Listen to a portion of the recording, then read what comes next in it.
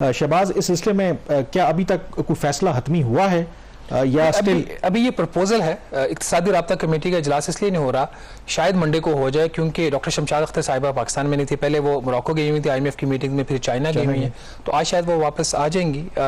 उसके बाद फिर पहले तो उन्होंने वर्चुअली कोशिश की थी इजलास करके इसको बगैर फिजिकल मीटिंग के, तो वर्चुअली सबको इकट्ठा करके तो कर दें, पर वो फिर हुआ नहीं, उनकी मतलब लोग कुछ अवेलेबल नहीं थे, तो ये पेंडिंग है डिसीजन। लाइकली इसको पुश कौन कर रहा है? आई नो कि कैबिनेट के अंदर कुछ ऐसे लोग मौजूद हैं केयर टेकर के अंदर के जिनके वेस्टेड इंटरेस्ट हैं। देखिए, पुश तो इस वक्त आपको जनरल जिस तरह भी बात करेंगे, कीमतों को आपको रिवाइज करना पड़ेगा। आप 395 अरब का लॉस नहीं कर, वो तो कीमतों की बात अलग होगी, लेकिन तो बड़ा क्लियर है कि एक्सपोर्टर्स को प्रोटेक्ट करने की जो बात हो रही है, एप्टमा की लॉबी है, all Pakistan textile manufacturers association की, वो लॉबी अपना काम करती है। मैंने अभी आज एक रिपोर्ट पढ़ा, तो उसके ऊपर मैं अगले हफ्ते करूंगा, एक स्टोरी करेंगे, प्रोग्राम अगले में भी लेके जाएंगे कि किस तरीके से एक प्रपोजल का और SIFC के प्लेटफॉर्म से भी पुश करवाने की कोशिश की जा रही है, उस पर बाद में बात करेंगे। खैर देखिए, इसमें अब जो कैच है ना, जो हम बात कर रहे थे नाज़रीन, क्यों इनको गैस सब्सिडाइज देना जरूरी नहीं है। इस वक्त जो कैप्टिव पावर प्लांट की जो एफिशिएंसी कहा जाता है, क्योंकि ये तो हीट रेट टेस्ट भी नहीं करवाते ये लोग और इनके बड़े मसले हैं।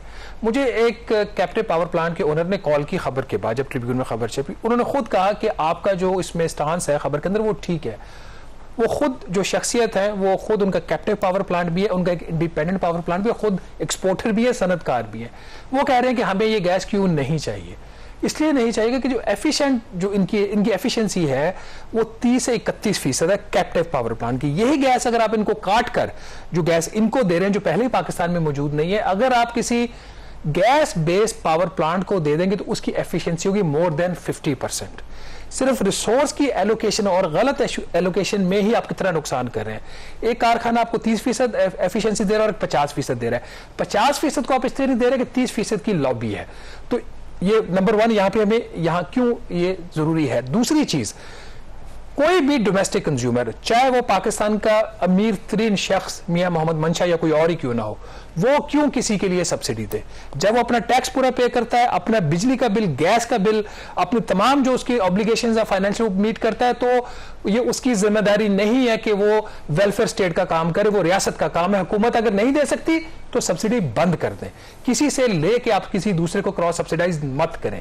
तीसरी चीज इसके अंदर ज्यादा इंपॉर्टेंट है, जब आप सब्सिडी देते हैं एक्सपोर्ट्स के ऊपर, चाहे गैस की सूरत में दे, इनपुट के ऊपर सब्सिडी वैसे ही इफेक्टिव नहीं है, तो वो सब्सिडी किसको जा रही होती है। जो चीज इन्होंने बना के बाहर बेचनी है, वो जो इंटरनेशनल बायर अमेरिका में बैठा हुआ है, यूरोप में बैठा हुआ है, गल्फ में बैठा हुआ है, चाइना में या कहीं पे भी बैठा हुआ है, उसको पाकिस्तान सब्सिडाइज कर रहा है इस गैस की सब्सिडी के थ्रू।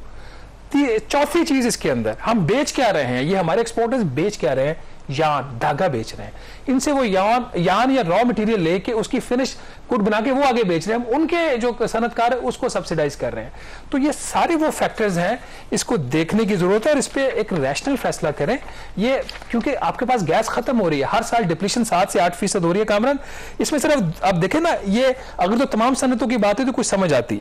सीमेंट मैन्युफैक्चरर जो है वो सनतकार है ना, वो भी सीमेंट के लिए रेट 4400 रुपया है पर MMBTU प्रपोज किया हुआ है, ठीक है, और इनके लिए जो है वो 2050 प्रपोज है। 4400 को कहां से बढ़ाकर कहां तक कर रहे हैं सीमेंट को, अभी 1500 उसका रेट है, 1500 से बढ़ाकर 4400 MMBTU पर MMBTU, और इसमें इंक्रीज है 193%। CNG कौन इस्तेमाल कर रहा है, पब्लिक ट्रांसपोर्ट में ज्यादातर इस्तेमाल हो रही है, टैक्सीज में खास तौर पर। CNG का रेट भी इन्होंने प्रपोज किया 4400। वो जो टैक्सी यूज करता है आम सारिफ, उसकी गैस 4400 कर दो, क्योंकि पाकिस्तान के रिचेस्ट एक्सपोर्टर्स को और इंडस्ट्रियलिस्ट को सब्सिडी चाहिए। आई थिंक इसके अंदर इंपॉर्टेंट यही है कि गैस की कीमतें बढ़ाना बिल्कुल नागुज़ीर है, लेकिन इसका इतलाक जो अक्रॉस द बोर्ड होना चाहिए, डिस्क्रिमिनेशन नहीं होना चाहिए। अब दूसरा एक और जो गैस सेक्टर की तो हमने बात कर ली, जो दूसरा हमारा क्रॉनिक मसला पावर सेक्टर, और उसके अंदर 2300 अरब रुपए का गर्दशी कर्जा है। और जो जिस तरह हम पहले भी बात कर रहे थे कि special investment facilitation council, initially उसका काम तो आपको पता है कि फॉरेन इन्वेस्टमेंट लाना था, लेकिन जाहिर है कि जब तक आपके डोमेस्टिक मामला ठीक नहीं होंगे तो फॉरेन इन्वेस्टमेंट भी नहीं आएगी।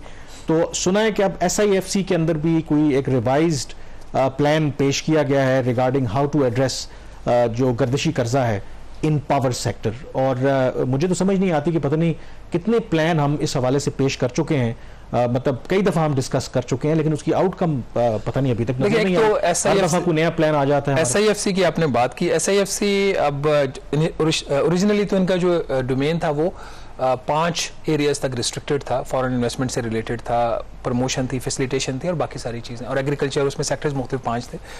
तो अब ये कुछ इनके मैं चीज़ें देख रहा था, उसमें अब इवन के SIFC के लेवल पे भी एक अंडरस्टैंडिंग डेवलप हो रही है कि जितना हम अपने आप को एक्सपैंड करें इतना शायद एक्सपैंड करने की जरूरत नहीं है। जो पिछली एक मीटिंग हुई है उसके अंदर एक इंस्ट्रक्शंस पास ऑन हुई एग्जीक्यूटिव कमेटी जो है SIFC की, वहां से कि कौन से एरियाज के जो रिलेटेड केसेस हैं वो SIFC में लेके आए। उन्होंने कहा जी वो नंबर 1 प्रायोरिटीज तो उनको आप दीजिए जो कि पहले SIFC के डिसीजंस हैं और उसके ऊपर इंप्लीमेंटेशन स्टेटस लेके आइए।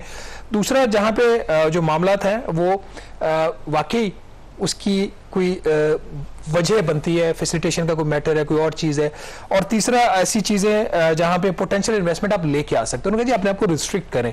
हमने बड़ा डिटेल्ड एक प्रोग्राम किया था SIFC के हवाले से कि आप हाउसिंग सोसाइटी की गैस की स्कीम में, इस्लामाबाद और रावलपिंडी को पानी फराहम करने की स्कीम, इस किस्म की चीज़ें भी SIFC के लेवल के ऊपर डिस्कस हो रही है। बहरहाल ये जो प्लान है पावर सेक्टर का, ये लॉन्ग टर्म इसका व्यू लिया है SIFC ने कि इस साल का तो प्लान ये ना कि जो सर्कुलर डेट है पावर सेक्टर का 2310 अरब रुपए, इसको यहीं पे रिस्ट्रिक्ट रखना है। तो उसको रिस्ट्रिक्शन रखने के लिए उसके लिए 976 अरब रुपया बजट में सब्सिडी इन्होंने इस साल रखी हुई है। अच्छा। तो वो तो मेरी फाइनेंस मिनिस्ट्री से भी बात हुई थी, वो कह रहे हैं कि हम उसको ऑनर करेंगे जो हमने कमिटमेंट दी, क्योंकि IMF के साथ भी आपकी कमिटमेंट, और इसका रिव्यू नेक्स्ट मंथ जब अगर टॉक्स होती हैं तो उसमें वो इसका रिव्यू भी करेंगे इसके ऊपर इम्प्लीमेंटेशन स्टेटस का। अभी इन्होंने अब जो प्लान, अभी ये बड़ा एक इनिशियल है, इनिशियल एक प्रेजेंटेशन हुई थी last month to the executive committee, उसमें वो प्लान पेश हुआ, वो अप्रूव नहीं हुआ, वो उन्होंने रेफर कर दिया फाइनेंस को। फाइनेंस ने इसके ऊपर एक मीटिंग ली है और अब फिर दोबारा उसके ऊपर फर्दर मीटिंग ली, फिर ये SIFC के फोरम पे जाएगा। इनिशियल जो चीज़ें कामरान सामने आई है, इसमें उनकी ख्वाहिश है कि ये जो सर्कुलर डेट खड़ा हुआ हो इसमें ज़्यादातर चीज़ें आप करें थ्रू बजट की जो सब्सिडी है। फॉर एग्जाम्पल जो पावर होल्डिंग लिमिटेड है, ये भी एक इंटरेस्टिंग केस है, यूनिक है पाकिस्तान के केस में, कि कमर्शियल बैंक से कर्जा लिया, उस कर्ज को आपने इस्तेमाल किया जो बिजली बनाने वाला कारखाना उसकी अदायगी करने के लिए, तो चूंकि उसकी अदायगी तो कर दी, वो पैसा आपने फिर एक कंपनी में पार्क कर दिया और उसके ऊपर जो सूद है बैंकों को वो आप सारिफ से लेके दे रहे हैं, उसके ऊपर 3 रुपए 23 पैसे फी यूनिट डेट सरचार्ज लगा हुआ है। तो वो जो अमाउंट उसके अंदर पड़ी वो 765 अरब रुपया है राइट नाउ। 2020 में पिछली हुकूमत ने ये फैसला किया था कि इसको पब्लिक डेट का हिस्सा बना दिया जाए, बट वो था 565 अरब। अब इसमें 200 अरब रुपए अभी भी आउटस्टैंडिंग है। उस वक्त ये तय पाया था ये 200 अरब रुपया अपने रिसोर्सेज से ये पे करेगी पावर डिवीजन। अब वो कह रहे हैं फाइनेंस को कि ये 200 अरब रुपया भी पब्लिक डेट का हिस्सा बनाए। इसके ऊपर जो लास्ट मीटिंग हुई थी उसमें शमशाद अख्तर साहिबान ने उस वक्त तो रिफ्यूज किया था कि फर्दर फिस्कलाइजेशन ऑफ द लॉसेज हम नहीं कर सकते, अब अपनी रिकवरी को इंप्रूव कर। दूसरा, वो इवन के डेट सरचार्ज भी लगा हुआ है। इसके अलावा भी कुछ 237 अरब रुपए की ये कह रहे हैं कि IPPs का जो डेट है जो उनको लेट पेमेंट करते हैं IPPs को, उसके ऊपर फिर इंटरेस्ट इनको देना पड़ता है।